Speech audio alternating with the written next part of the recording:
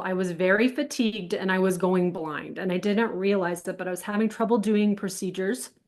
And so those two things finally, after a number of months after my initial period of time off, prompted me to go get my head scanned. And that was when we really figured out what was wrong. It was a lightning bolt that made my self-hatred turn into self-compassion.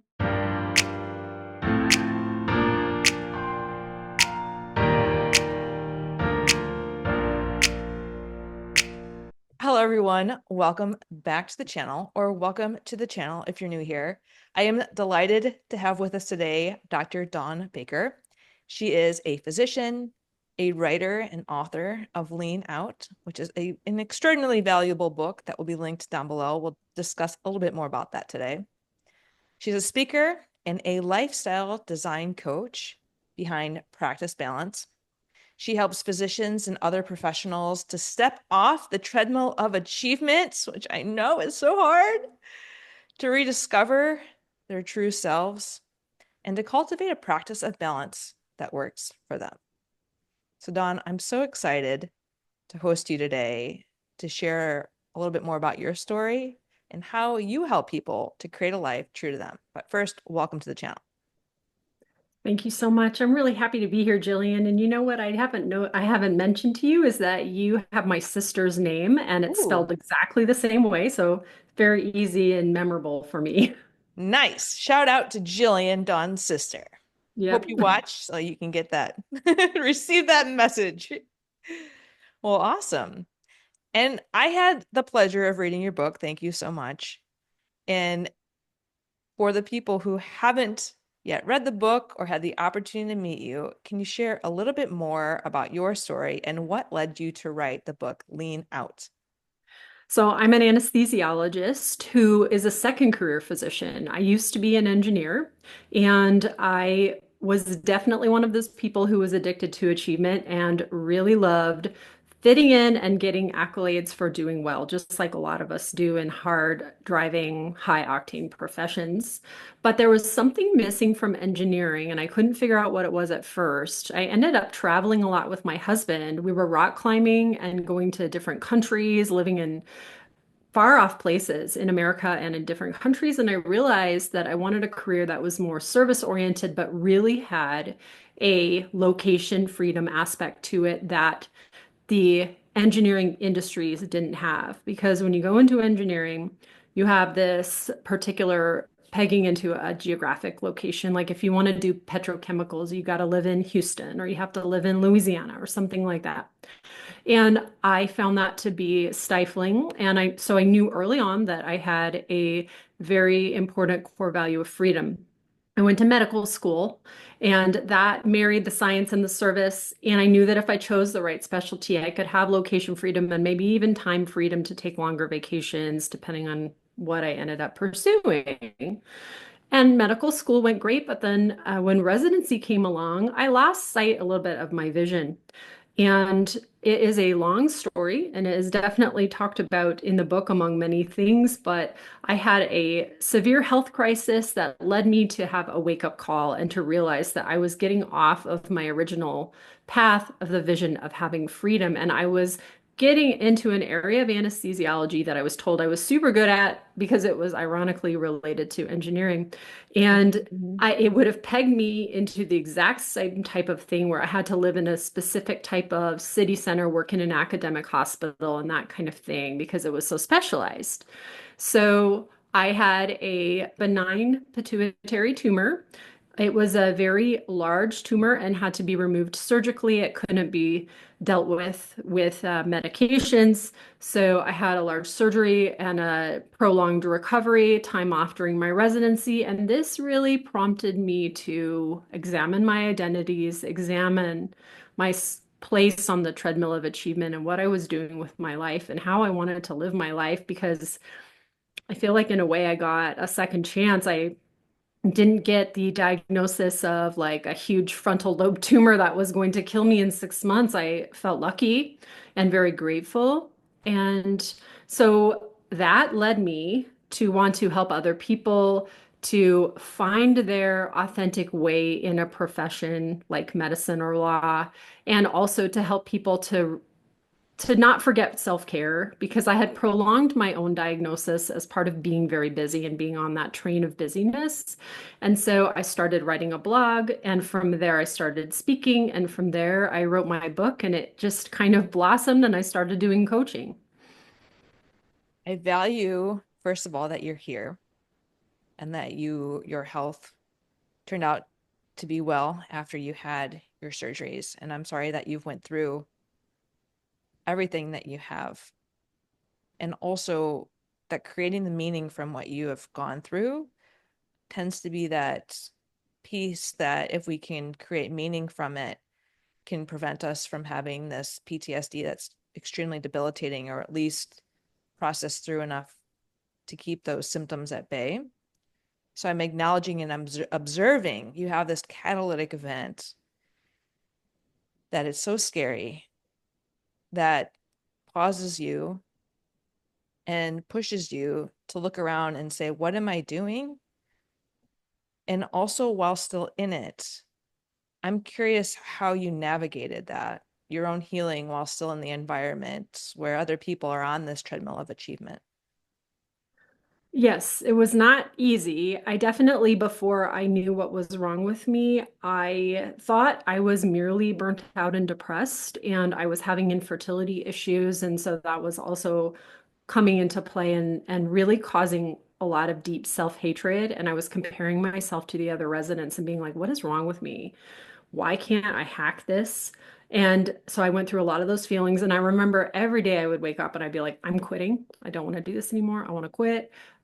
I'm tired of this. And my husband, this is again before I really knew what was happening, he was like, don't quit. You don't have that much longer. You know, you'll have like a year and a half. And once you get this certification, you have so many more options. And but I was still like already kind of thinking about the alternatives. And so that definitely was a process, right? But then once I found my diagnosis, I had a real, like I was saying, a wash of gratitude. And also, it was a lightning bolt that made my self-hatred turn into self-compassion. And I didn't realize it until later. It was something that, on reflection, later on, I realized that I was so hard on myself early on. And then once I figured out what was wrong and I knew I kind of like had a second chance, then I really got motivated. I was motivated to finish. I wanted to prove to myself that I could finish. And of course, I slowed down. I mean, I had to take time off. I had a lot of alone time, and those kind of reflective stillness, alone times, I learned how to be mindful. I learned techniques. For me, I learned about myself, but it was hard and it was awkward at first. Like you have to separate yourself from everything, from that paper where you're an intern or you're a resident and you have the little boxes that you're checking every day, like, Mm-hmm. okay, I did this, I did that, I did that. That was gone. Mm-hmm. And it took a few weeks for even that, when I was off, on medical leave and things, for that feeling to go away. Like, I have to be looking for that paper. Where's that paper? I need to be doing these check boxes. And so it's a process, but I was very motivated to finish. And I do feel like that is a big accomplishment for me that I got done afterwards. And I could prove to myself that I could do hard things too. I could undergo surgery. I could rehabilitate myself. I was so weak after surgery. I was really surprised. It wasn't like I had a hip replacement. I had brain surgery, but I could not believe how weak I was. And so I started weight training and doing things that really challenged me. And I think that motivated me as well. And it gave me confidence to embrace challenging things. Mm-hmm. What kind of support did you find helpful at that time? So I had a spouse, but no other family members nearby. And I would say that that was helpful, although it was rocky also, because having an infertility situation going on can cause marital strife. And also the burnout caused some marital strife. And I talk about that a little bit in the book. I allude to having issues in my marriage and thinking like, are we gonna keep going here? But he was there, and he definitely was a sounding board, and he's always been for me, and is a wonderful person to listen, and is able to be very logical and, provide some alternative opinions. But I would say that I didn't really turn to family members. I don't think they really understood. No one in my family is in medicine. So again, when you think you're in burnout, you can't very well explain to your mom how you're working too much because they don't understand, exactly what you do. I did have a very good mentor, a faculty mentor in my department who was very supportive of me when I had to take time off. She was very championing for me. And she also has a husband who is an executive coach. And she hooked me up with him when I was a resident. That was my first experience having been coached. And it was so helpful. It was so insightful. And so I had that support as well. So these are like the early on type of supports. And then I would say like just within myself, I was always writing, always journaling, and then researching different things that I could do. Like, well, let me try meditation. I've never meditated before. Let me try this breathing technique. Let me see, if this is helpful. Let me try doing this gentle yoga. I had done yoga, but maybe had kind of forgotten about it because I was so busy. Mhm. So things like that. I'm curious, you mentioned the word self-compassion and mindfulness, and I'm curious how your mindfulness practice has changed as you've learned more and more self-compassion. Wow, that's a good question. How has it changed with self-compassion? Well, I would say this. Um, Mindfulness, a lot of people, the idea they have in their head about doing a mindfulness practice is that it has to look a certain way. Mhm. And so part of being self-compassionate is knowing that what works for other people doesn't necessarily work for you and you're different, and that is okay. What would I say to my sister or my family member or a good dear friend who is struggling and saying like, I'm trying this meditation stuff and I don't know, I'm not doing it right. Or, what would you say? Well, you would say, well, there's no right way. It can look different for different people and maybe try a different type because there's so many ways that you can do it. And so I think that the self-compassion probably helped me to open my mind to that idea because I know in the very beginning I thought like I need to be sitting on a meditation cushion and it needs to Mhm. look this certain way and I am supposed to rid my mind of all thoughts. And that Mhm. does not happen. That isn't Yep. realistic. And so Mhm. one of the things that I have done as part of my own like mindfulness journey and studying mindfulness and trying to share it with other people, giving talks on it, and I actually have a meditation and a yoga certification. And so like what do I teach other people? I really like try to make it be approachable for that reason. Like it doesn't have to look perfect. What you think it looks like, it doesn't have to look that way. And coming up with creative solutions for busy people or for skeptical people Yep. to try to engage in it because it's really made a big difference in my life. Yeah, I did mindfulness Mondays when I was a surgical resident, trying to figure out if I was going to be leaving or not. And those 30 Mm, minutes every Monday were the only clarity I had because it was guided. So I wasn't sitting there alone. And then when I tried to do it on my own, I tried to talk myself and coach myself into going back into surgery. And it wasn't the right time for me. And I wasn't allowing myself to really do the inner work that I know you help people with and exploring, like, yes, we can push through. And it seems like it was the really great choice for you. And for me, I did quit. And that was the right choice for me at the time, too. And a lot of my aftermath of that was, oh, I should have pushed through. I could have done it. I could have done it. And so mm, for 7 years now, it's like, well, should I go back to finish it? And that's something I'm reconciling in my own mind and heart in these current days. And also just reflecting on the mindfulness where my question came from was at the beginning, it was like, well, if your mind is full of this negative self-talk, we don't cultivate self-compassion. And then we're trying to sit with that or a body that's so full of trauma, which I anticipate. I mean, you've gone through so much, just regulating all of the things that come up. And so if people are noticing like, oh, I'm going to start with 30 minutes, well, maybe it's 5 minutes, maybe it's yes. guided. you 2 minutes know, even maybe. 2 minutes. Yeah. And so I Yeah. just really appreciate your perspective on that because I know I was very resistant and I anticipate the people who think they're doing it wrong or well, maybe they're trying to make it fit some Yeah. Too parameters like long you or too mentioned. perfect. Yeah, Yeah. not acknowledging that sitting there without developing self-compassion means you're probably just more giving more time to your inner critic. Yeah. I True. laughed because that was true for me. So I'm Yeah. like, I left from that was just accurate. And then you said that you had an executive coach that really helped you and you became a coach. So I'm anticipating it, you just felt the value in that. And I'm curious how that coach specifically helped you.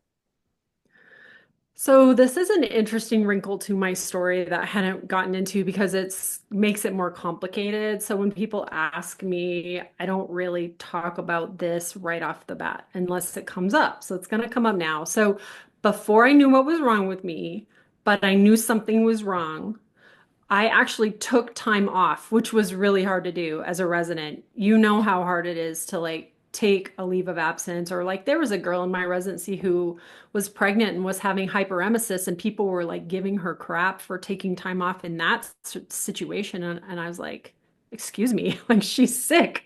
But then I did do that too. And I wouldn't have necessarily been able to do that if I was on a certain rotation, but I was on a rotation where they wouldn't really miss me. And this coach helped me to figure out that it was an option for me to do that.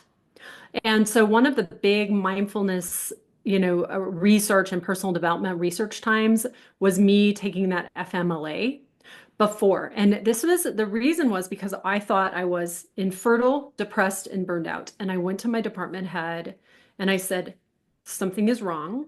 I'm having these problems. The only thing that I can tell you medically is like I don't have a period and I don't have any estrogen or progesterone in my body because they did blood tests and it's zero. But they did not know it was due to a functional pituitary tumor at the time because I wouldn't go get an MRI, and that's a whole other story.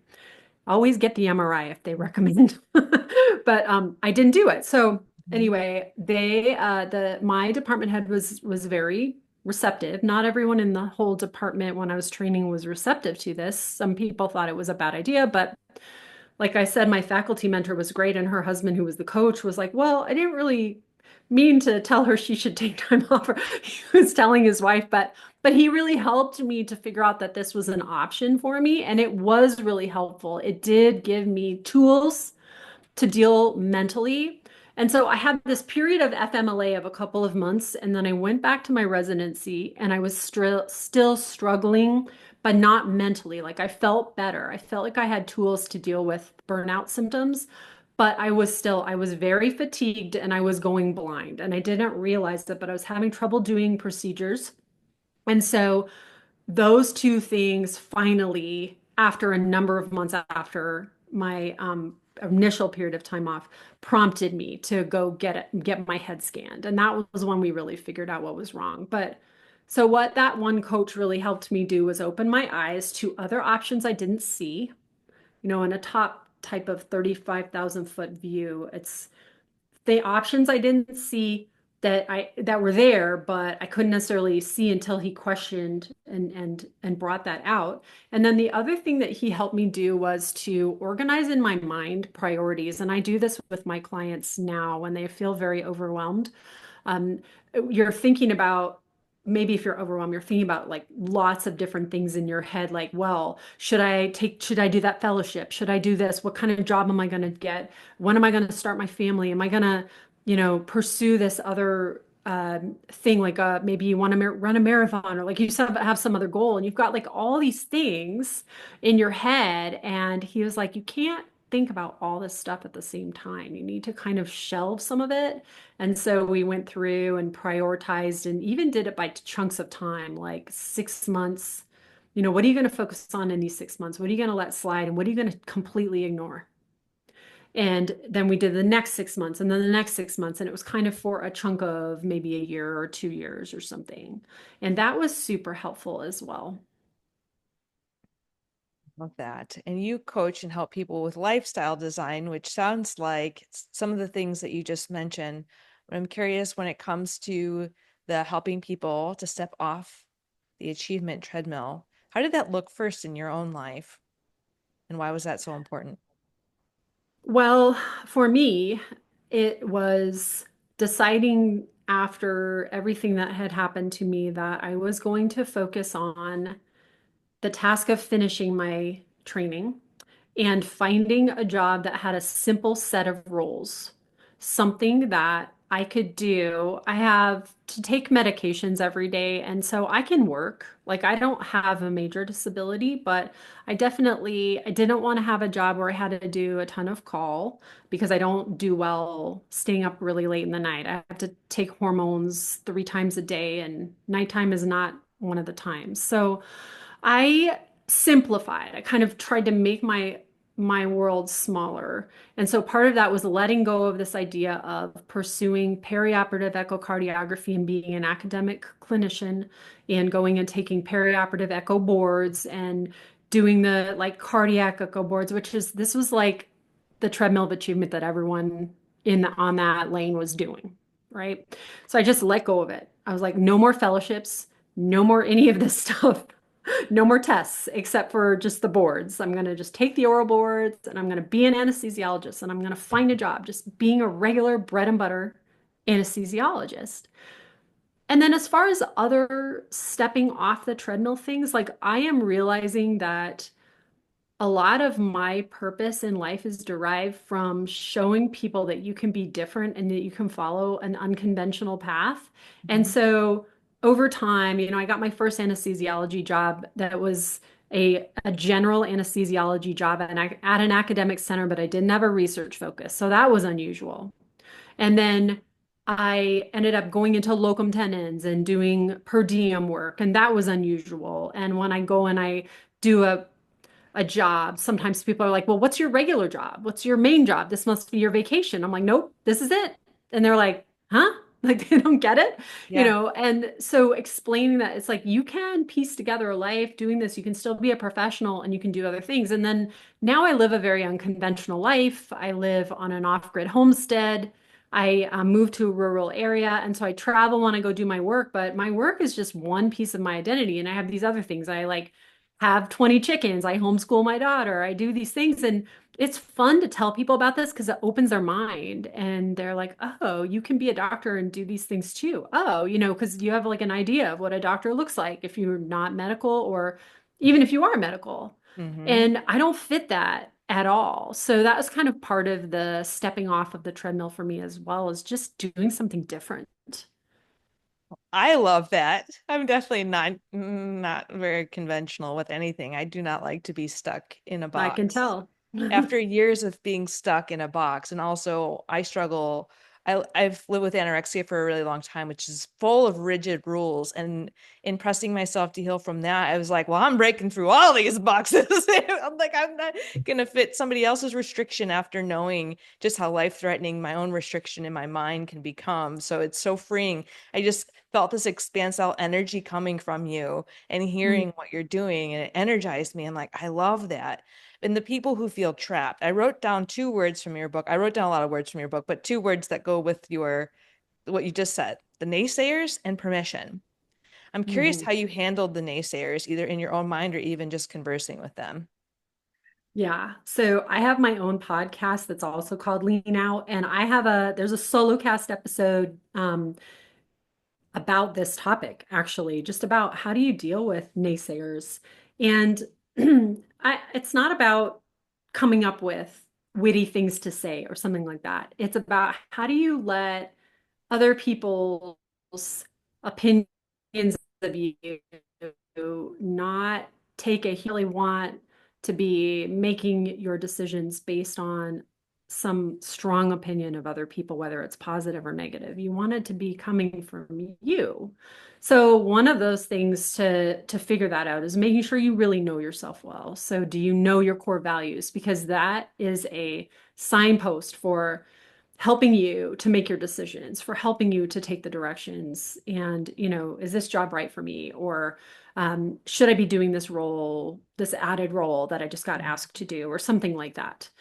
So that's one thing. And then the other thing is, I have been in the position so much with dealing with naysayers now that there's just different types. And so you start to see it and you realize that it's a lot more about them than Yeah. it is about you. Mm-hmm. So the types would be like the person who is very they say no originally, but they're opening, their mind is opening.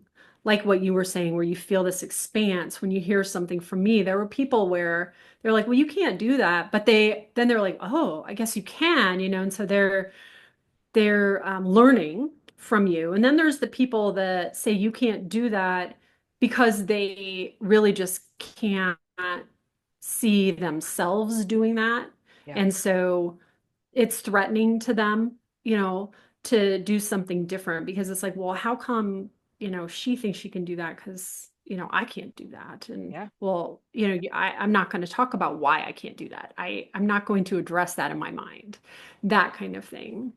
Um, and there's different levels of, maybe snark that you might get with that type of person. But I really think overall, the message is that a lot of times it's really about the other person and not about what you're doing.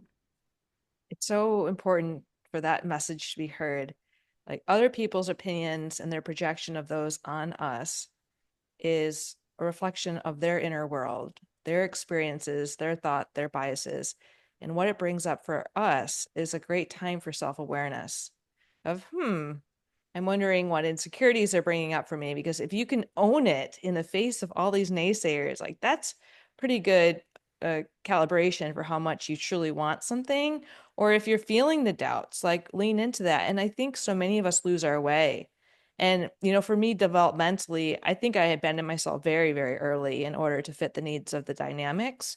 And so then trying to go back to myself was like, it's like, so having someone like you as coaching and can guide people to understand, like, where did I learn these things from? And do they feel true to me? Do I know what I feel? Like, what do I actually want? Is what you said there was knowing your values. And that helps. What I heard you saying is what to say yes to, what to say no to. So where to stick your boundaries and how to feel that those boundaries are in the right place. Well, how would you know without Yeah. knowing what matters most to you? So another word that I wrote was the permission.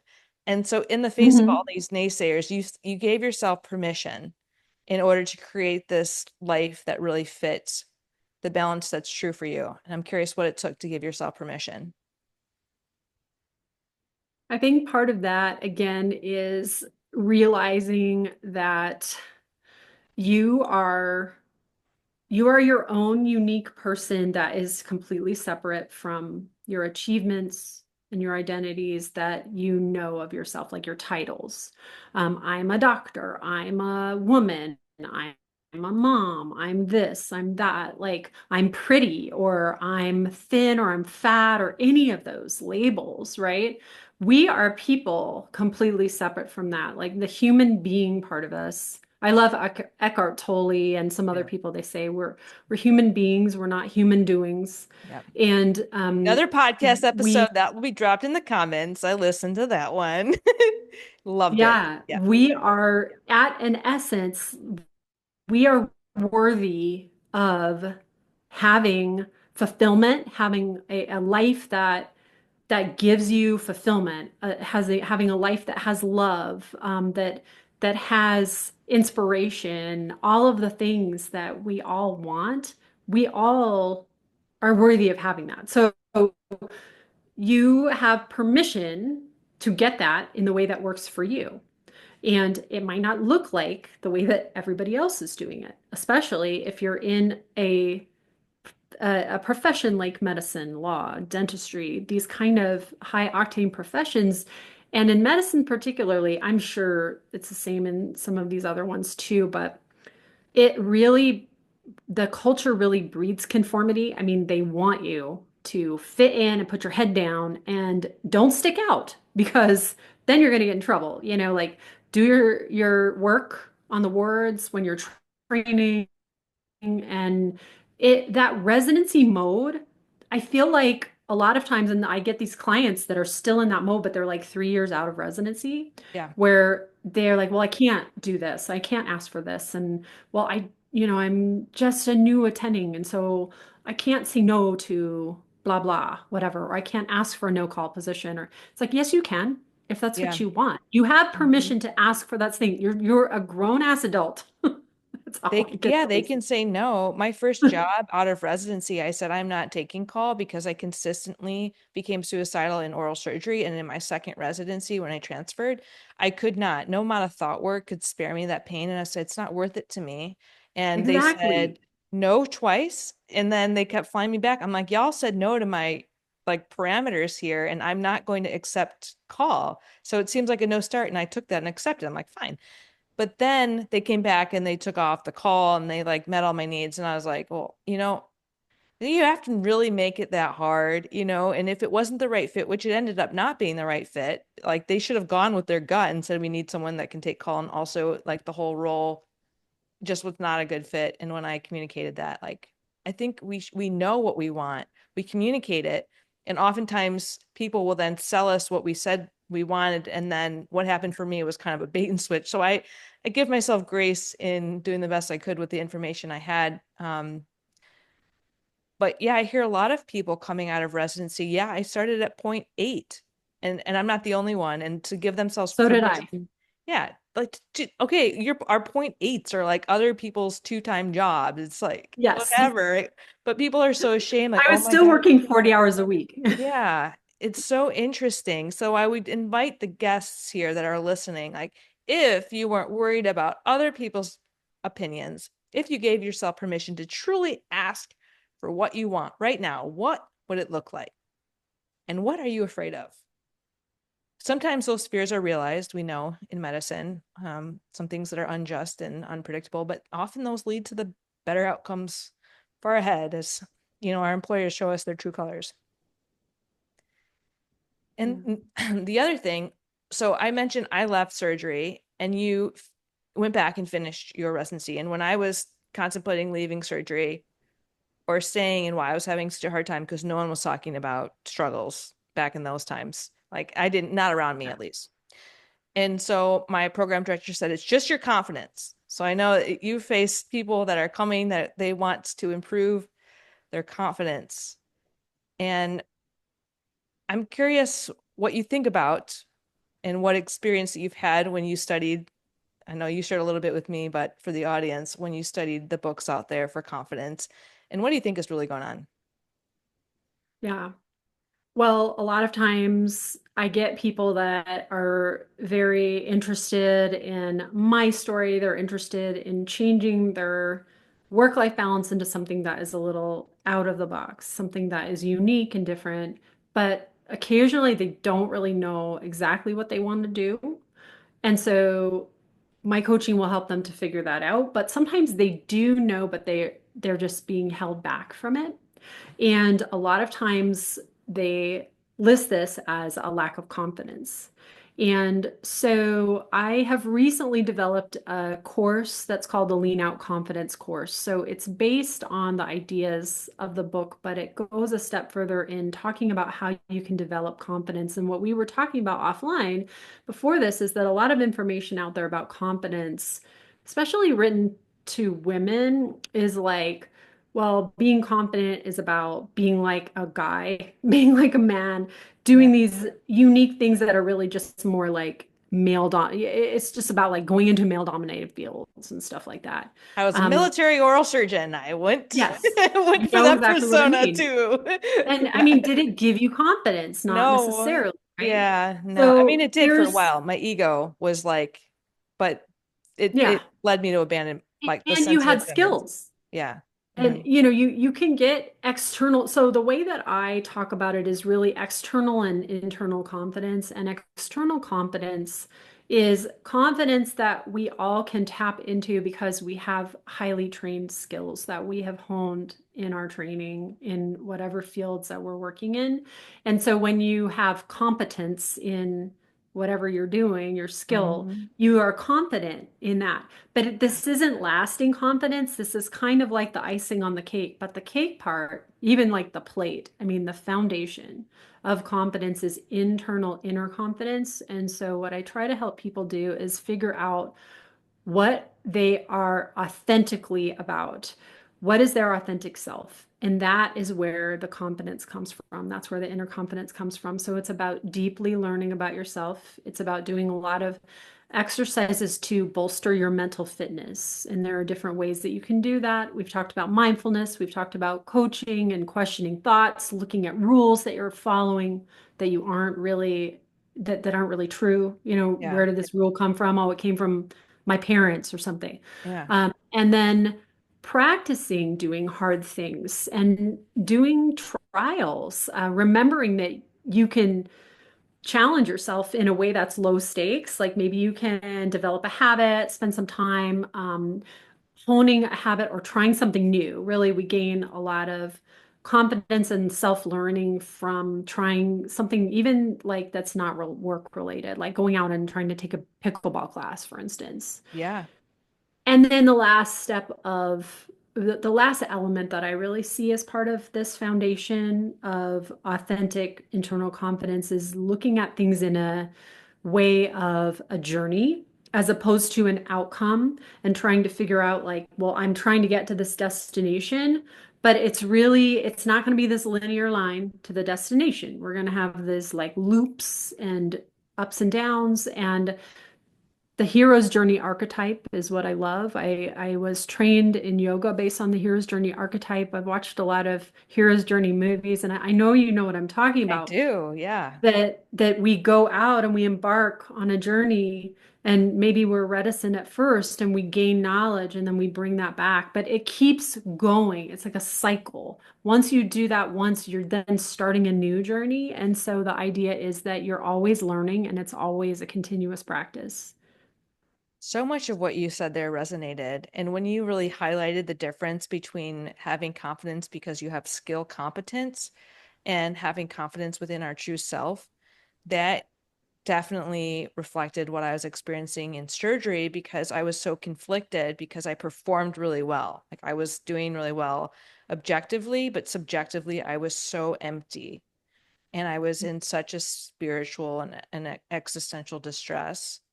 And that because people could just keep saying, but you're performing really, really well. And even in the military, I was getting good marks. And then my program was civilian.